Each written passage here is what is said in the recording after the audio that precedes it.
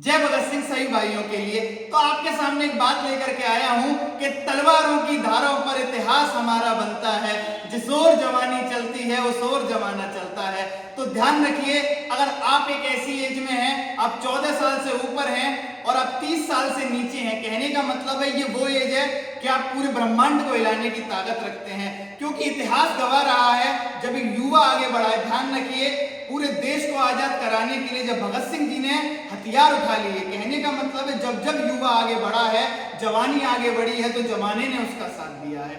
अगर इस उम्र में आप हताश पड़े हैं, अगर इस उम्र में आपको ये लग रहा है कुछ होगा ही नहीं, इस उम्र में आप लक्ष्य की तलाश में, तो ध्यान रखिए अभी जवानी आई नहीं है। जवानी तो वो शोला है तो अगर धधक गया एक बार आपके अंदर तो चट्टानों को पीस करके भी, आप क्या बता रहा हूं, सीमेंट अपने हाथों से बनाने की ताकत रखते हैं। क्योंकि जवानी को आप समझिए, ये एक शॉर्ट, देखिए मैं आपको बात बता रहा हूं, शॉर्ट टर्म है, ये बहुत कम समय के लिए आपकी लाइफ में आता है। जो इस बच्चा या व्यक्ति इस बात को समझ गया वो जीवन में बहुत बड़े मुकाम पर जा सकता है। ये ध्यान से देखिए, महाराणा प्रताप के जीवन से सीख लीजिए या किसी भी शासक के जीवन से सीख लीजिए। जवानी के समय का उपयोग करिए, जवानी का समय अपने लक्ष्य में लगाइए, ना कि जवानी का समय रवानी में गवा दीजिए।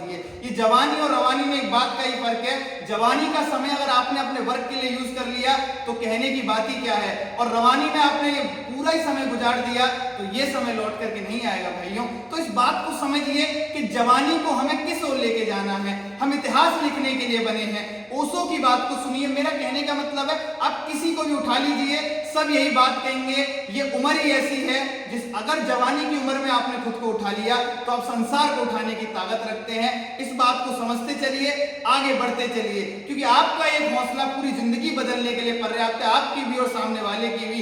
नए फैसले जवानी ही लेते हैं, जब जवानी ढल जाती है तो समझदारी आ जाती है, और समझदारी हमारे फैसलों में कमजोरी को ढाल देती है। इसी के साथ जवानी में अपने मिशन पर लगे रहिए, आगे बढ़ते रहिए। जय हिंद, जय भारत।